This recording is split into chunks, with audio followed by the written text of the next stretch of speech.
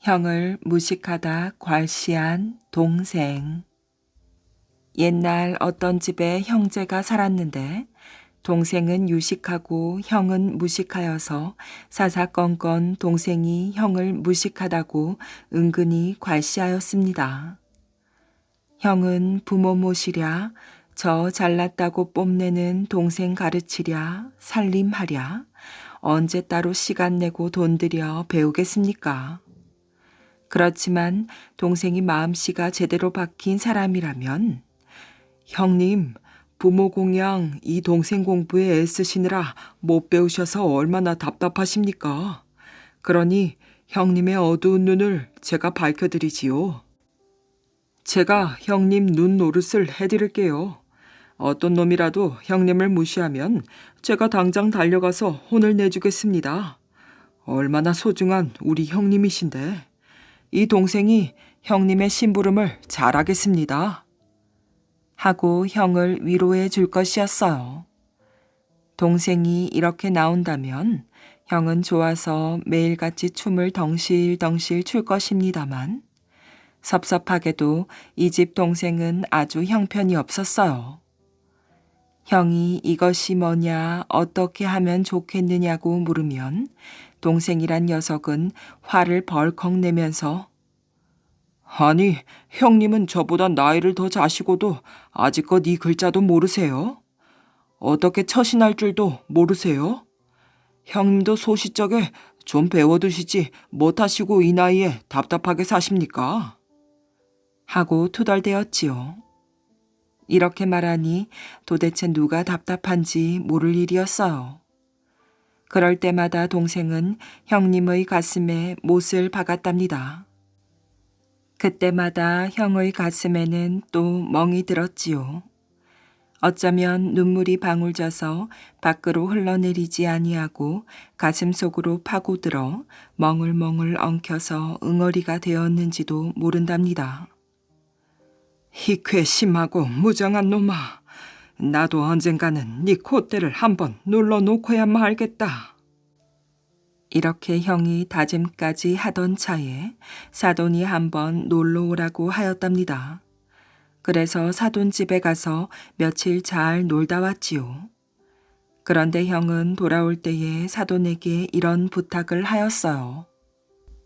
사돈, 며칠 후에 우리 집에 편지를 좀 해주시오. 내일이라도 좋으니 편지 한 장을 바로 보내달라는 말씀입니다. 아니, 오늘까지 같이 지내다 가면서 하룻밤 새에 무슨 사연이 있어 편지를 해달라는 말이오. 무조건 내가 부탁한 대로 써서 편지를 보내주시오. 편지 보내는 것이야 어렵지 않지만 어떻게 써달라는 말이오. 어찌 되었건 나라 국자를 5자만 써서 보내주시오. 다른 말은 하나도 쓸 것이 없다오. 자세한 것은 나중에 이야기해드리겠소. 그러니 편지치고는 참으로 간단하지만 또한 이상한 편지였어요. 이런 부탁을 하고 난 뒤에 형은 집으로 돌아갔는데 아닌 게 아니라 한 이틀 후에 사돈집에서 편지가 오자 형은 즉시 동생에게 찾아가서 편지를 내보이며 이렇게 말하였지요. 내 엊그제 사돈집에 갔다 왔는데 무슨 편지가 왔는지 모르겠구나. 좀 읽어다오. 그래서 동생이 편지를 쭉 펴서 보니 나라 국자 5자만 덜렁 있었답니다. 나라 국자 5이라. 아무리 유식하다고 뽐내는 동생이지만 도저히 알 길이 없었지요. 그래서 할 말이 없어 입을 다물고 입맛만 쩍쩍 다시고 있었답니다. 잘 모르겠다는 것이었어요. 한참을 들여다보아도 알 수가 있어야지요. 형은 편지를 보았다 동생을 보았다 하면서 무척 궁금한 모양인데 동생이 말이 없으니 어찌할 수가 없었답니다. 그래서 참다 못해 물었지요. 어찌 편지를 보고 가만히 있기만 하는 것이냐? 무슨 말이 있어야지. 사연이 도대체 무엇이냐? 어서 빨리 말해보거라. 그러자 동생이 멋쩍은 듯이 머리를 긁적긁적하면서 글쎄요. 편지에 씌어진 것이 글자는 글자인데 아무리 보아도 사연이 없습니다.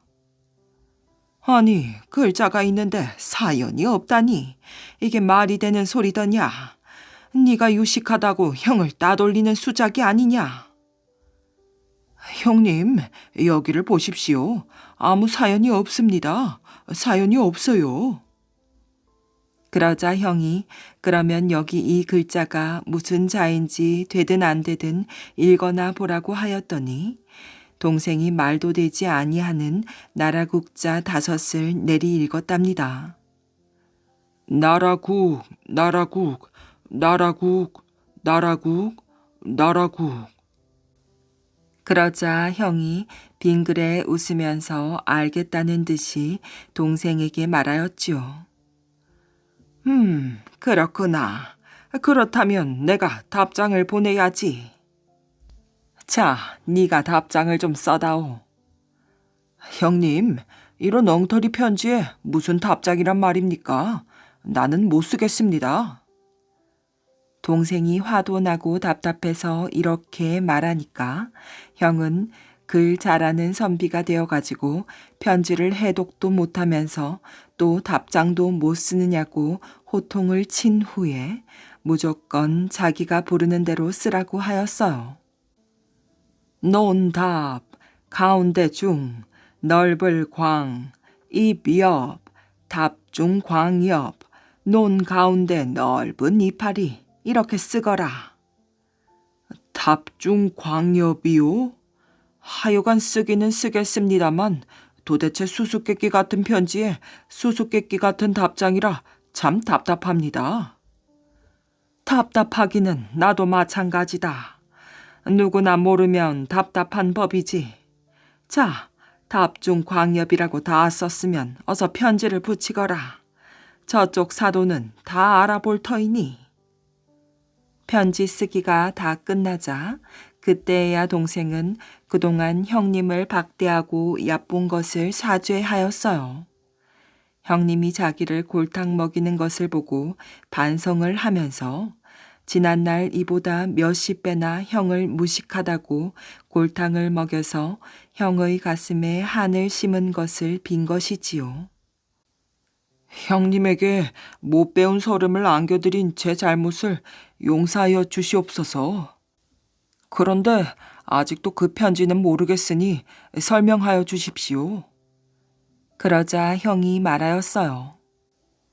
나라 국자 5이면 결국 몇 나라입니까? 5 나라이지요. 한문으로는 5, 5 나라입니다. 결국 집에 다시 오라는 초청장이었고 오라고 하였으니 답장이야 당연히 간다는 것이 아니겠습니까?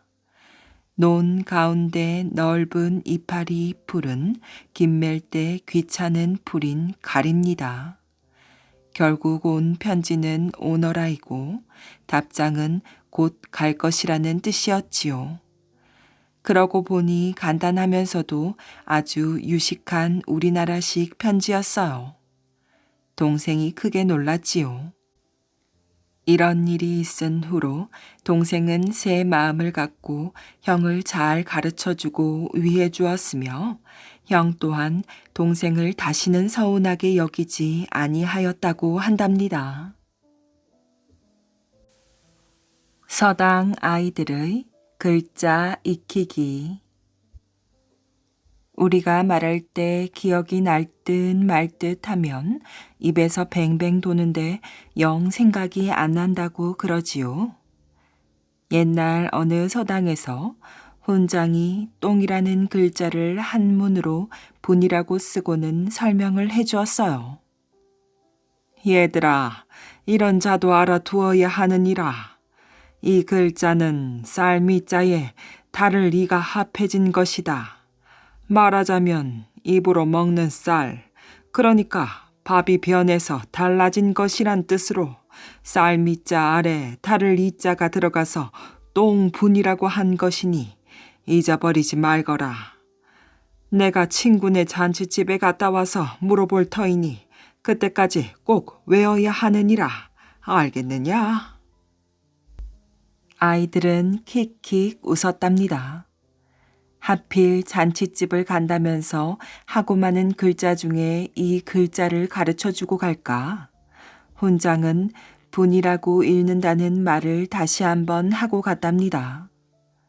아이들은 훈장이 안 계시니 기분이 좋아 공부는 하지 않고 나가서 놀았어요. 얼마 후에 훈장이 돌아와서 한 아이를 가리키며 물어보았지요. 너는 여기에 아까 말한 글자를 써보아라. 그런데 벌써 다 까먹었기 때문에 군밤을 한 대 맞았답니다. 훈장이 직접 분자를 썼지요. 그럼 저기 있는 너 이리 와서 읽어보거라. 그러자 그 아이는 기억이 날똥말똥하면서 안타까워하였어요. 그러자 한 대목은 생각이 났기에 자신 있게 말하였지요.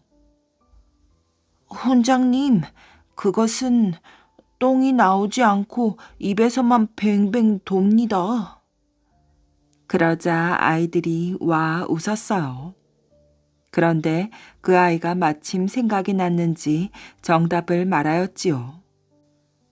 그것을 어찌 읽느냐 하면 우리 누님이 화장할 때 잘 두었다가 꺼내어 얼굴에 탁탁 바르는 것, 분이라고 읽습니다. 아주 향기가 좋습니다. 그러자 아이들은 더 웃었어요.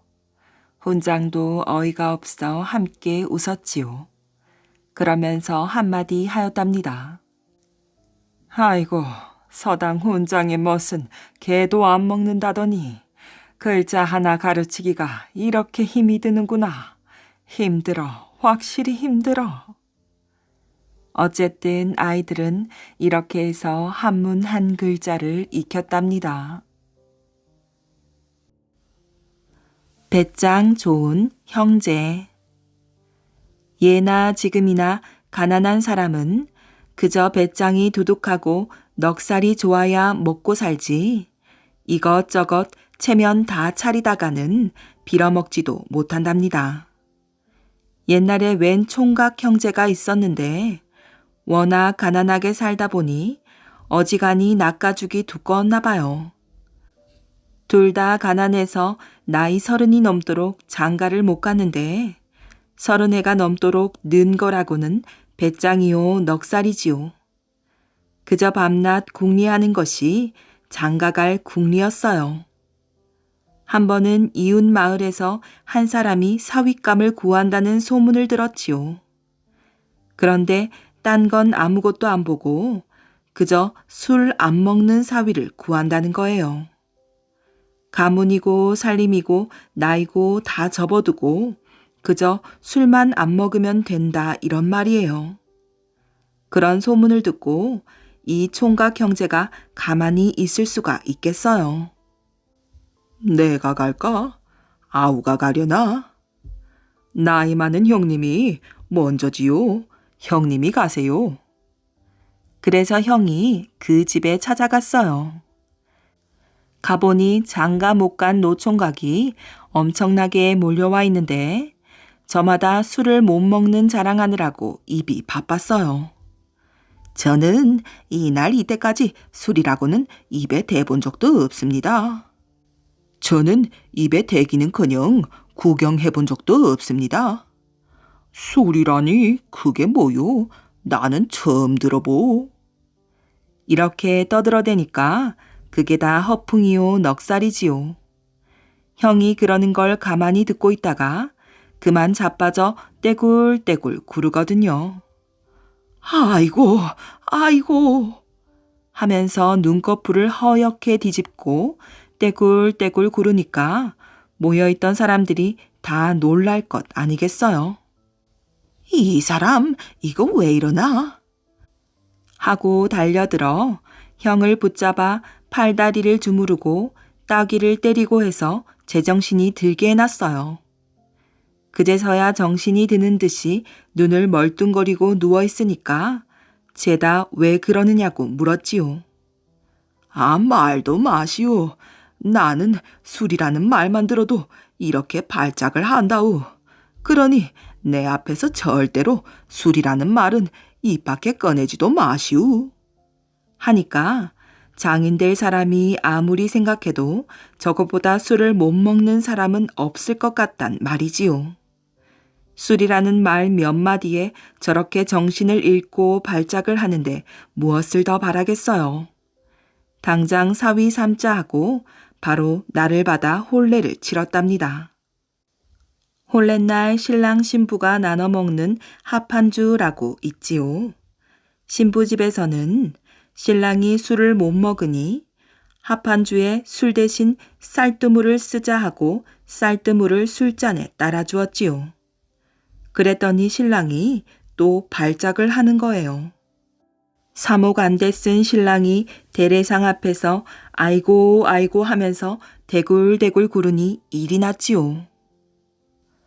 팔다리를 주무르고 미음을 써먹여서 억지로 정신을 들게 해놓으니 신랑이 하는 말이 내가 예전에는 그 술만 보면 발작을 했는데 이제는 멀건 물만 보면 발작을 합니다. 하는 거예요. 할 수 없이 술을 따라주니까 벌컥벌컥 잘 먹더래요.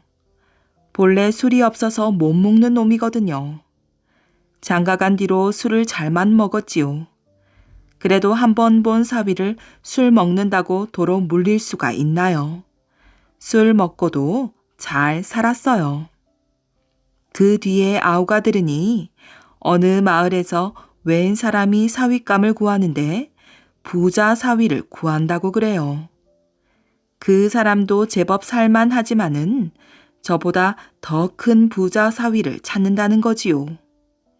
아무리 가랭이가 찢어지는 놈이지만 사위감 구한다는 말을 듣고 가만히 있을 수가 있겠어요. 제 형더러 형님 이제는 내 차례요 하고는 지게를 터 걸머지고 산으로 갔답니다. 산에 가서 고만고만한 회초리만 한 짐 해다가 짊어지고 사윗감 구한다는 집 앞에 가서 지게를 내려놓고 쉰단 말이지요. 그러고 있으니 주인이 나와서 보고는 아, 자네는 그 회초리를 어디에 쓰려고 그렇게 해가나? 하고 물을 게 아니겠어요. 뗄나무도 아니고 회초리만 잔뜩 해놨으니 말이에요. 아, 이거 다 쓸 데가 있어서 그럽니다. 가르쳐주지 않으면 더 궁금해지는 법이지요. 대체 뭐에 쓰려고 그러나? 그제야 마지못해 가르쳐주는데 이것은 쇠 콧뚜레로 쓸 것입니다. 하거든요. 쇠 콧뚜레로 쓸 것이면 고만고만한 회초리 하나면 족할 것을 한 짐씩이나 지고 가면서 그걸 다 쓸 거라니 이상하잖아요. 쇠 콧뚜레를 그렇게나 많이 만들어? 이거 가지고도 모자라면 한 짐 더해 가지고 가야지요. 주인이 가만히 들어보니 참 웬만큼 부자가 아니고서는 소를 저렇게나 많이 먹일 수는 없단 말이지요. 옛날에는 소 한 마리면 그게 장가 미천인데 쇠 콧뚜레를 수도 없이 해갈 만큼 소가 많으니 그만한 부자가 없는 거지요. 당장 욕심이 생겨 사위 삼자고 달려드는 거예요. 그래서 나를 받고 혼례를 치렀는데 혼례를 다 치르고 보니 이건 송아지 한 마리도 없는 알거지거든요. 장인 영감이 화가 잔뜩 나서 아, 자네는 소가 그리 많다더니 한 마리도 없잖나 하니 아니, 제가 언제 소가 많다고 했습니까? 다 쇠 콧뚜레로 쓸 거라고 했지요. 앞으로 소를 많이 사면 쇠 콧뚜레가 많이 쓰일 테니 미리 장만해 놓은 거지요. 하였지요. 장인이 제게 제가 속았으니 누굴 탓하겠어요. 한 번 본 사위를 도로 물릴 수는 없는 노릇이었지요. 그러나 저러나 소 한 마리 없이도 아들, 딸 낳고 잘 살더래요. 사공과 선비의 목숨. 옛날 옛적 어느 마을에 나룻배를 모는 사공이 있었답니다. 이 사공은 날마다 강에 나가 조그만 나룻배를 타고 노를 저어 강 이쪽 저쪽을 왔다 갔다 하면서 사람들을 실어 날랐지요. 하루는 사공이 나루터에 나갔다가 젊은 선비 한 사람을 손님으로 태웠어요. 마침 나루터에 다른 손님은 아무도 없고 이 젊은 선비 한 사람뿐이어서 사공과 선비 둘이서만 배를 타고 강을 건넜답니다. 선비는 옷을 아주 잘 차려입고 겨드랑이에는 어려운 한문책을 잔뜩 끼고서 한껏 거드름을 피우는 중이었어요. 그러다가 심심했던지 사공에게 말을 건네는데 뜬금없이 뭐라는고 하니 여보시오 뱃사공, 당신은 논어를 읽어보았소? 이러는 것이었어요. 논어라는 건 한문으로 된 아주 어려운 책이지요. 제 딴에는 어려운 책도 읽을 줄 안다는 걸 뽐내려고 그러는 것이었어요.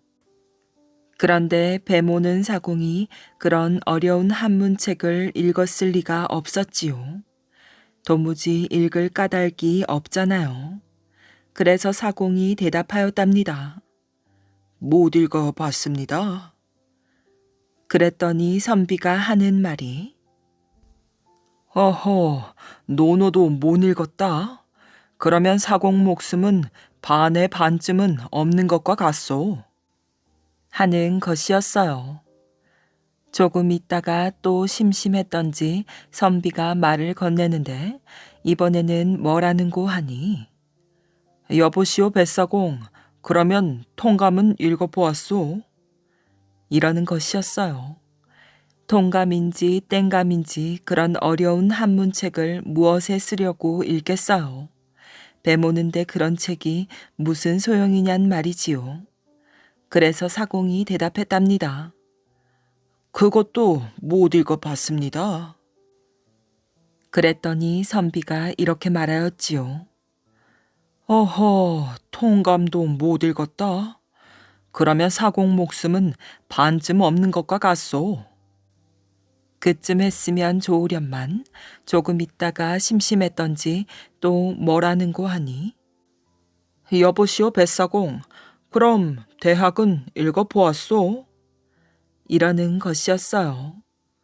사공이 배만 잘 몰면 됐지 그까짓 한문책은 읽어서 무엇을 하겠어요. 읽을 일도 없었지요. 그래서 사공이 대답을 하였답니다. 그것도 못 읽어봤습니다. 그랬더니 이 선비 아주 불쌍해서 못 보겠다는 듯이 혀를 끌끌 차는 것이었어요. 허허, 대학도 못 읽었다? 그렇다면 사공 목숨은 반 넘어 없는 것과 같소.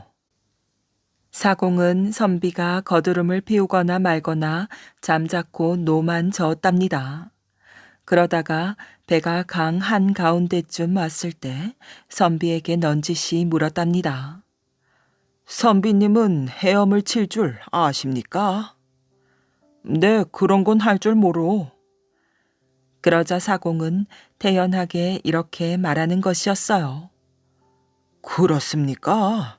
그러면 선비님 목숨은 아예 없는 것과 같습니다. 그러고 나서는 노를 내던지고 강물에 풍덩 뛰어들어 유유히 헤엄을 쳐 갔답니다. 강 한복판에서 배만 놔두고 헤엄을 쳐서 건너편으로 가버린 것이었어요. 그러니 어떻게 되었겠어요? 조금 전까지 그렇게나 큰 소리 치던 선비는 배에 혼자 남아 얼굴이 하얗게 질려서 발을 동동 구르며 어쩔 줄을 몰라 하였답니다. 누명 쓸 뻔한 사람의 재치.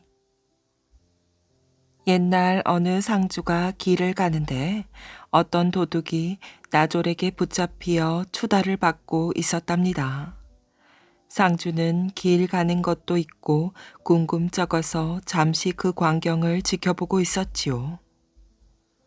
너 이놈, 넌 재물만 앗아간 것이 아니라 그 집 주인까지 죽인 것을 보면 결코 너 혼자서 한 짓이 아닐 줄 안다. 너와 함께 이 끔찍한 짓을 한 그 공모자를 대란 말이다.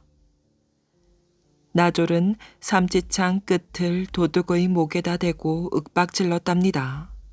그러자 도둑은 서슴지 않고 자기 옆에 서서 구경하는 그 상주를 가리켰지요.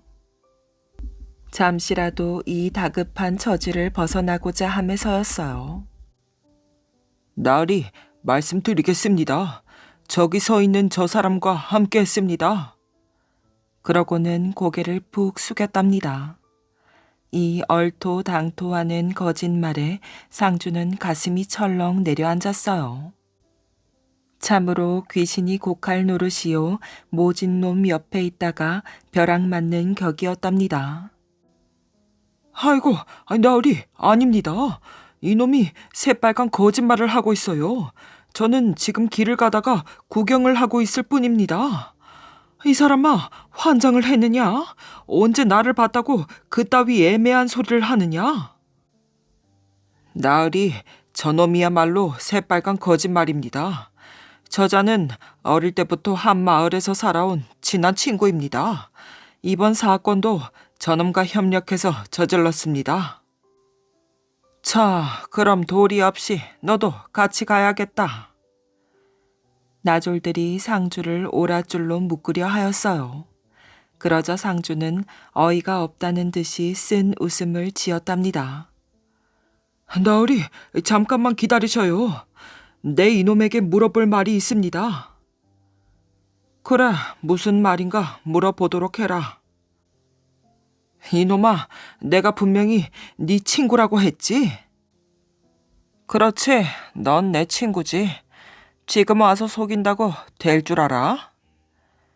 그럼 넌 내 어릴 때의 얼굴이나 몸 생김새를 잘 기억하고 있겠구나.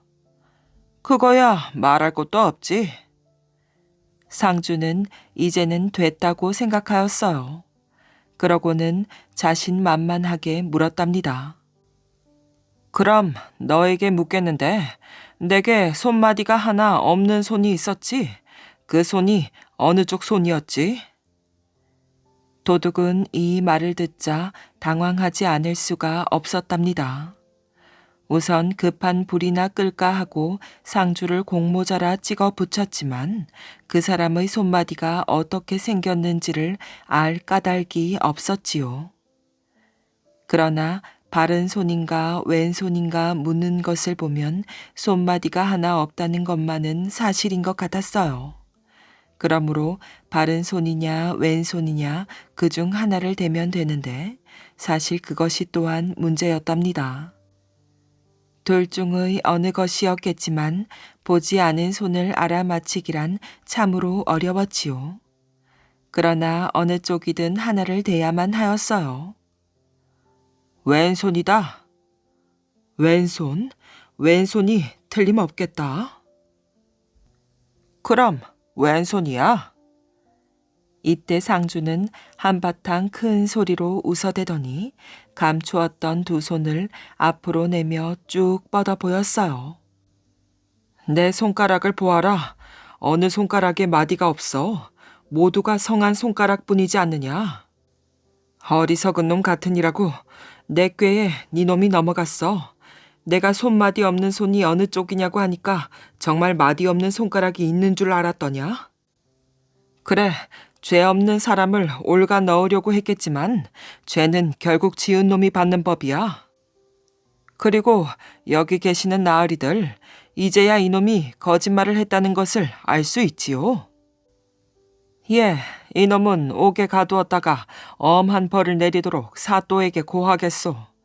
잠시나마 공모자라 의심해서 정말 미안하게 되었소. 그러면 이제 어서 볼 일이나 보시오.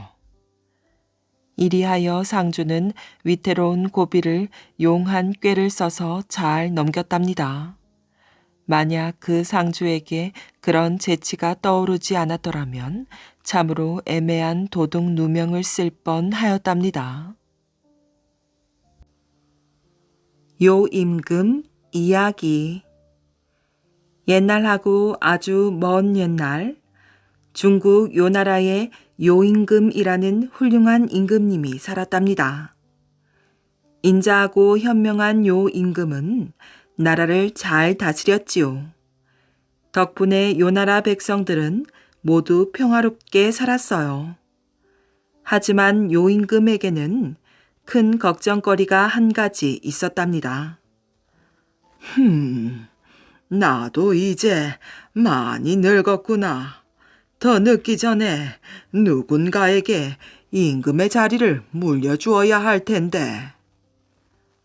어느 날 요임금은 예전부터 친하게 지내오던 포이라는 신선을 만나기 위해 깊은 산속으로 들어갔지요.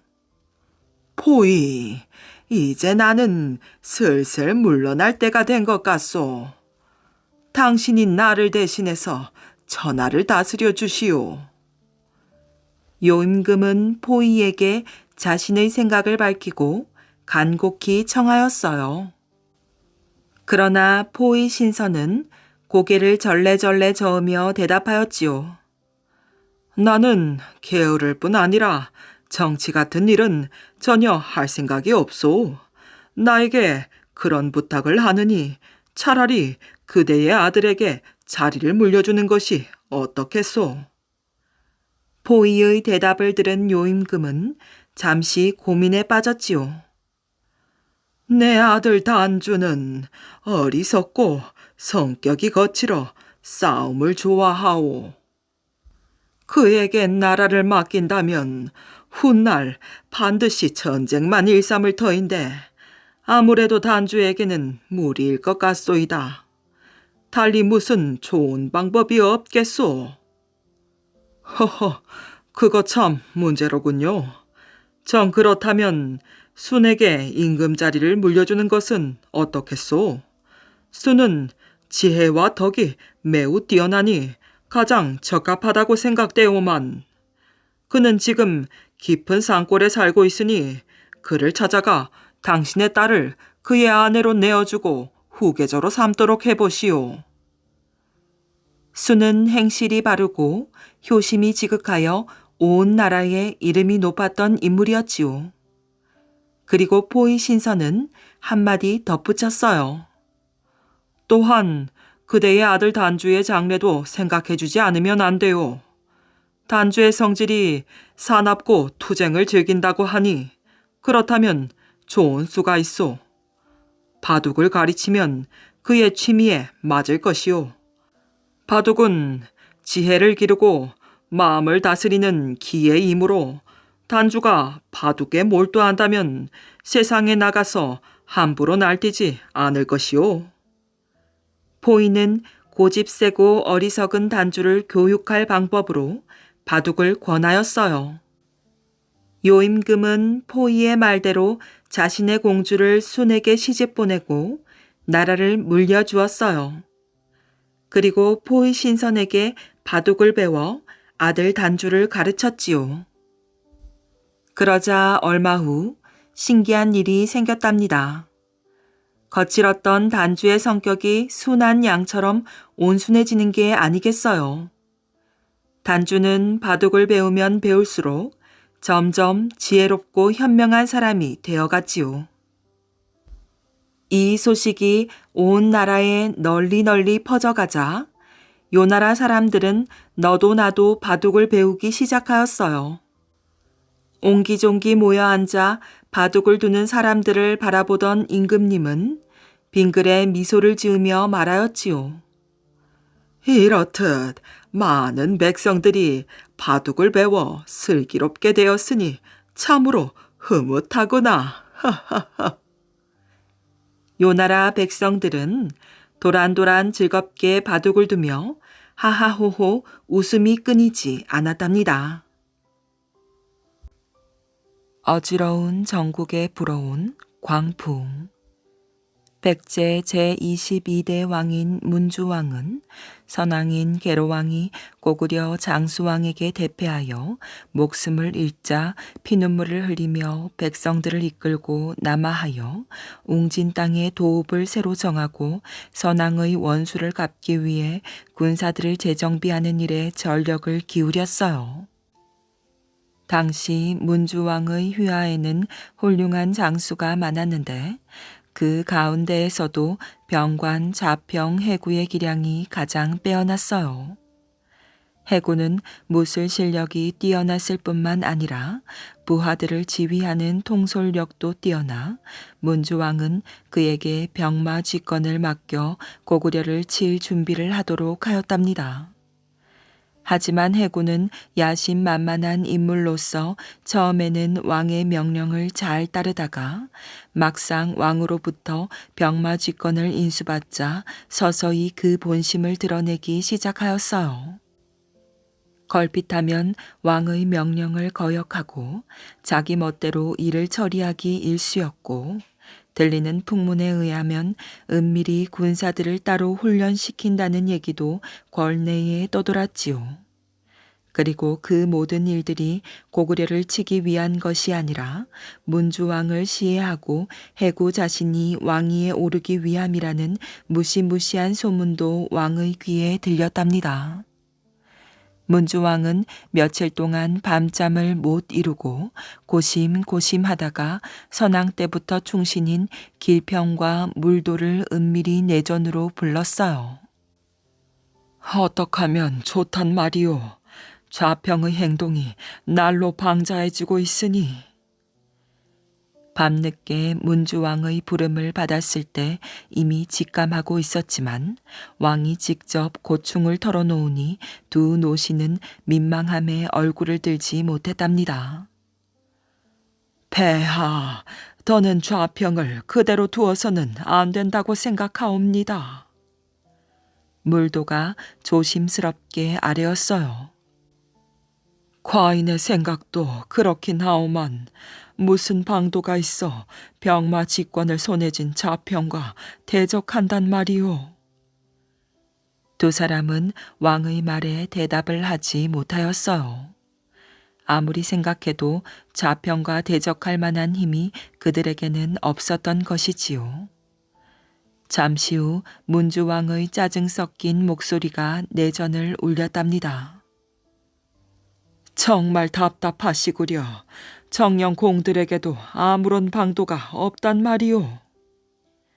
문주왕이 인상을 찌푸리며 언성을 높이자 길평이 아뢰었어요. 폐하, 좌평의 부하 장수 가운데 명지 장군이라면 폐하의 편에 설 것이옵니다. 명지 장군은 원래 의협심이 강하고 지략이 뛰어난 인물이라 사리에 맞게 설득을 하면 충분히 알아듣고 폐하를 도울 것이옵니다. 명지 장군은 좌평의 신복 중의 신복이 아니오. 예, 폐하, 그러하옵니다. 그때 물도가 말참견을 하고 나섰어요.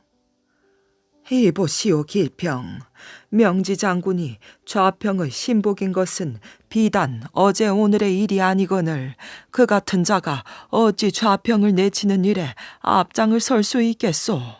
오히려 폐하께 화가 미칠까 염려되오.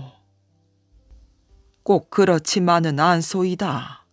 등잔 밑이 어두운 법이라 좌평이 그토록 신이 많은 자여야만 무리 없이 제거할 수 있을 것이오. 길평과 물도의 대화를 들은 문주왕은 어쩌면 길평의 말이 맞을지도 모른다는 생각이 들었어요. 그렇다면 길평의 속셈은 무엇이오? 왕의 물음에 길평이 아뢰었지요. 소신이 지금 곧 명지 장군을 찾아가서 폐하의 뜻을 전하겠습니다.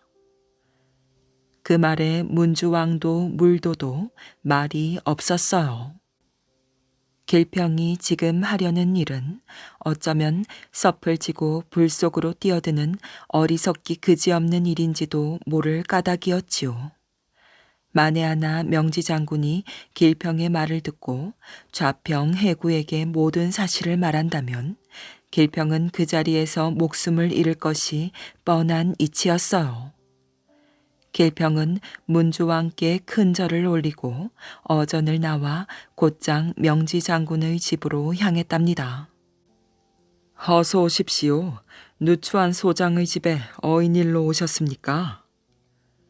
명지 장군은 길평을 반겨 맞으며 호탕하게 웃었어요. 장군께 술이나 한 잔 얻어먹을까 해서 염치불구하고 찾아뵈었습니다. 잘 오셨습니다. 그렇지 않아도 술 생각이 간절하던 참이었습니다. 그려. 명지 장군은 하인들을 시켜 술상을 내오게 하였어요. 길평은 조심스럽게 명지 장군의 안색을 살폈지요. 명지 장군은 성격이 호탕한 남아 대장부로서 투기심이 많은 본처의 목을 벨 정도로 잔인한 면모도 있었지만 오히려 그런 기질이 부하들에게는 환심을 샀답니다. 몇 순배 술잔이 돌고 약간 취기가 오른 길평은 천천히 입을 열었어요. 군사들을 훈련시키느라 얼마나 고생이 많으십니까? 고생이라니요. 당연히 해야 할 일을 하는 것뿐입니다. 지금 대궐에서 폐하를 뵙고 오는 길인데 명지 장군의 노고에 폐하께서 칭찬을 아끼지 않으셨습니다. 황공할 따름입니다. 모든 것이 폐하의 성은에 힘입은 것이지요. 길평은 잠시 뜸을 들이다가 말을 이었어요. 좌평의 덕도 무시할 수 없지요. 당치 않으십니다. 폐하의 성은이 없이 어찌 좌평의 덕이 있다 하겠습니까? 명지 장군의 말을 들은 길평은 이쯤에서 자신이 찾아온 이유를 밝혀야겠다고 생각하였어요. 명지 장군의 말투로 보아 왕에게 해를 미칠 것 같지는 않았답니다. 장군. 길평의 부드러운 음성에 명지 장군의 시선이 자연스럽게 길평에게로 향하였어요. 장군, 나는 지금 사사로운 감정으로 장군을 찾은 것이 아니요. 이는 폐하의 뜻이요. 어명을 받고 왔다는 말에 명지 장군은 귀가 번쩍 뜨였답니다. 길평은 저녁에 문주왕과 나누었던 얘기를 상세하게 들려주며 좌평 해구의 일을 의논하였어요. 과연 길평의 짐작대로 명지 장군은 좌평 해구의 방자 무인을 걱정하며 그런 행적이 앞으로 나라의 사직에까지 미칠 영향을 심려하고 있었답니다. 길평과 명지 장군은 술잔을 주고받으며 밤늦도록 나라의 안위와 좌평 해구의 일을 거론하였어요. 소장에게 좋은 생각이 있소. 명지 장군이 목소리를 낮춰 길평의 귓전에 대고 속삭이듯 말하였지요. 내일 폐하께 말씀을 드려 모레 아침 일찍 사냥을 나가시도록 하오. 그때 소장으로 하여금 폐하를 호위토록 명하시면 소장이 폐하를 모시고 사냥을 나가는 척하다 좌평의 집으로 쳐들어가 단칼에 그의 목을 베는 것이 상책일 것이오. 길평은 명지 장군의 말에 고개를 끄덕이며 그리 하겠다고 약속을 하였어요. 길평과 명지 장군은 서로를 격려하며 굳은 눈빛을 주고받았지요. 그러나 두 사람이 그렇게 서로 격려의 눈빛을 주고받는 사이 검은 그림자 하나가 소리 없이 명지 장군의 방 창문 밑을 벗어나 담을 넘어 짙은 어둠 속으로 사라졌어요. 다음날 길평은 문주왕을 아련하고 간밤에 명지 장군과 나누었던 밀담을 아뢰고 있을 즈음 좌평 해구의 집에서는 한바탕 소용돌이가 휘몰아 쳤답니다. 지난밤 명지 장군의 집담을 넘어간 검은 그림자는 좌평 해구의 신복 중의 하나인 연신이 자신의 경쟁자인 명지 장군의 집에 숨겨둔 수족 같은 자로서 명지 장군의 일거수 일투족을 하나도 남김없이 매일매일 연신에게 보고하였어요. 담을 넘은 첩자는 곧장 연신을 찾아가 명지 장군과 길평의 밀담을 고자질했고 이를 들은 연신은 곧 해구의 집으로 말을 달렸지요. 큰일 났습니다. 큰일 났습니다, 장군. 연신은 해구의 집에 들어서기가 무섭게 호들갑을 떨었어요. 무슨 일인가? 해구가 방문을 열고 뛰쳐나왔지요. 연신은 말에서 내려 무릎을 꿇고 첩자가 전해준 얘기를 낱낱이 고해에 바쳤어요. 해구는 초조함을 감추지 못해 마당을 이리저리 서성거리며 앞일에 대한 호구책을 마련하느라 고심했답니다. 연신은 그를 일단 방 안으로 들게 한 다음 입을 열었어요. 장군, 제게 괜찮은 칼잡이가 한 놈 있사옵니다. 괜찮은 칼잡이 놈이라니. 예, 얼마 전 도적 일당의 괴수를 잡아들였는데 그놈의 칼솜씨가 보통이 아닙니다. 순간 해구의 눈이 섬광처럼 빛을 뿜었어요. 그런데 생각해 보십시오, 장군. 이 같은 일을 먼저 도모한 것은 장군이 아니라 왕을 비롯한 길평과 물도 두 노신이옵니다. 하오니 장군께서 이 일을 꼬투리 삼아 왕위를 찬탈하신다 해도 어느 누구 하나 모반을 거론하며 나설 리가 없을 것이옵니다. 그래서... 그러니 내일 왕께서 사냥길에 명지 장군을 데리고 나서신다면... 연신의 소곤거림이 계속될수록 해구의 입은 점차 함지박만하게 벌어졌어요.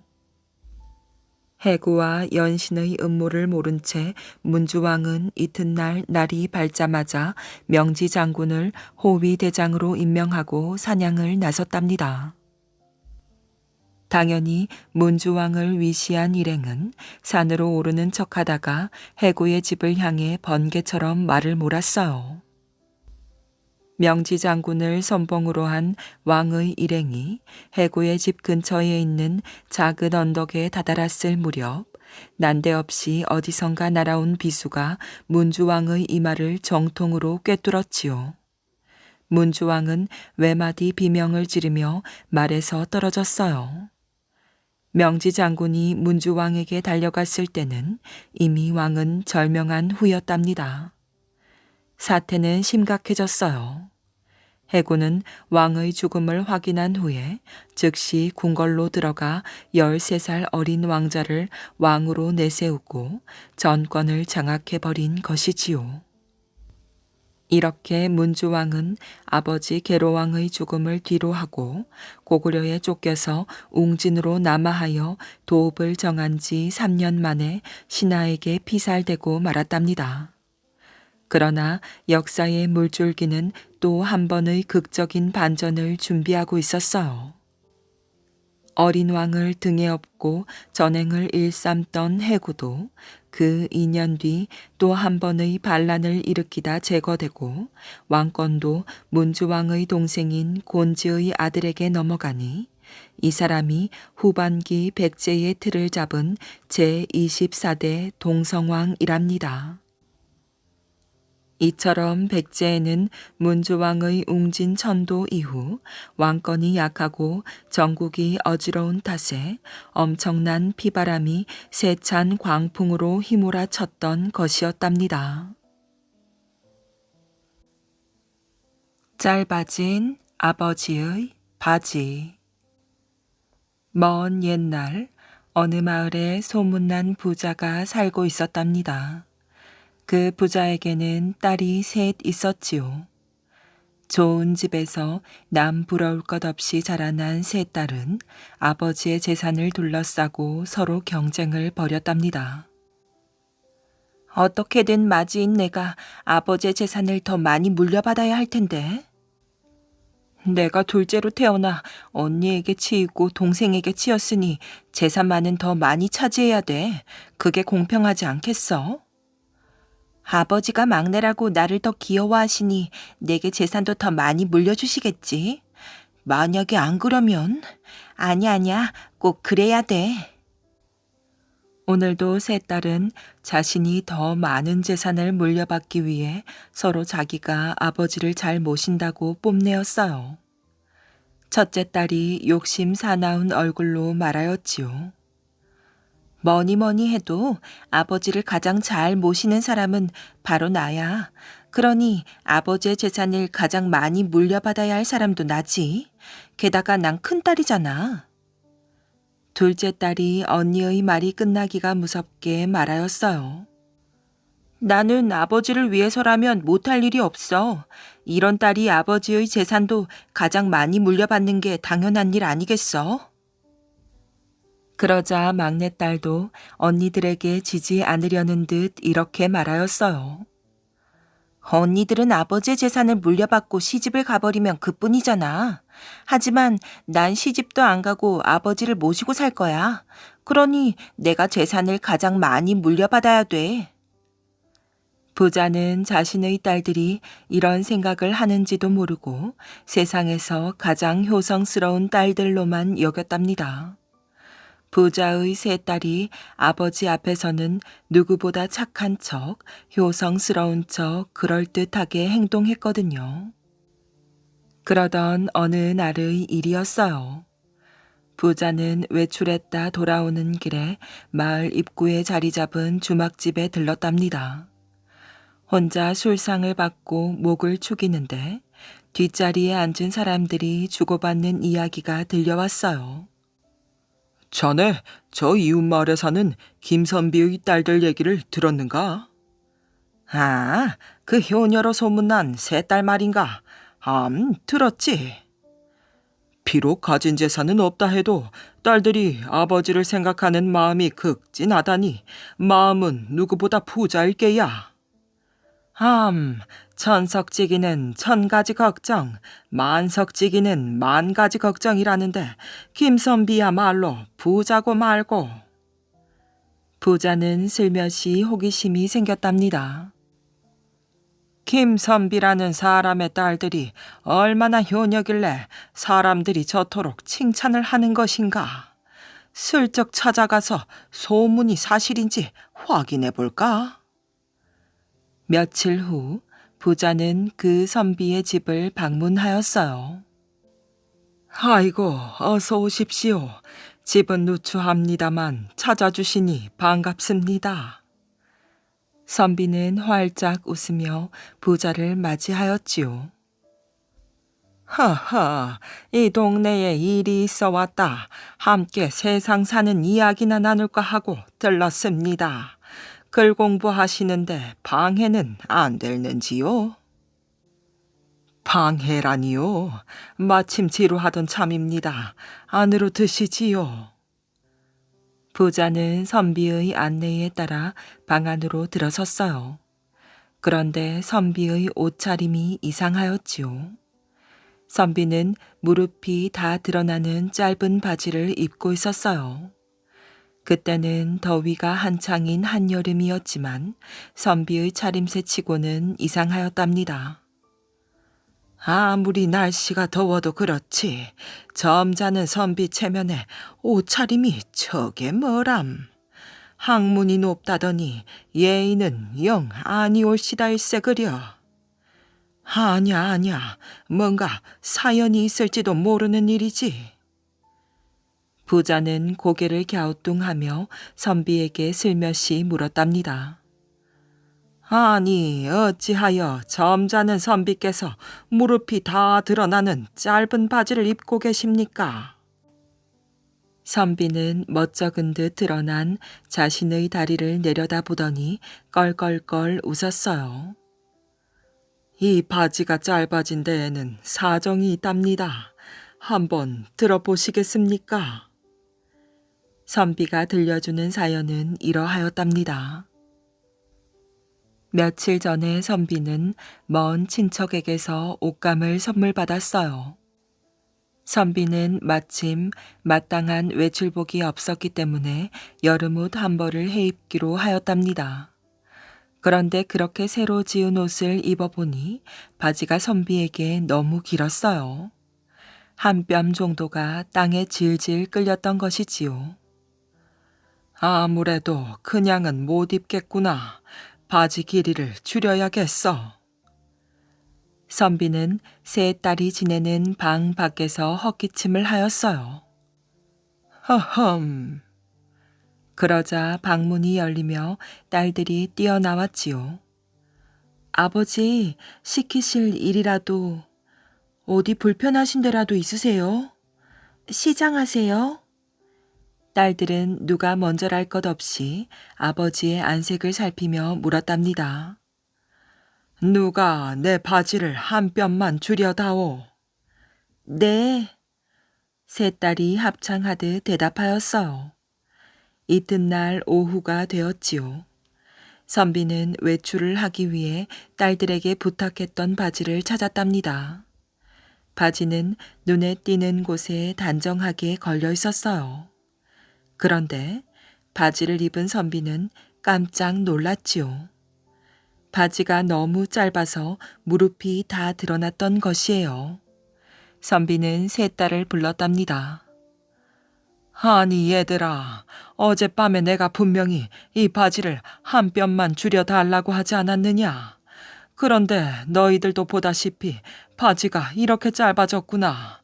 이래서야 입고 나갈 수가 없지 않겠느냐? 첫째 딸이 고개를 갸웃거리며 말하였어요.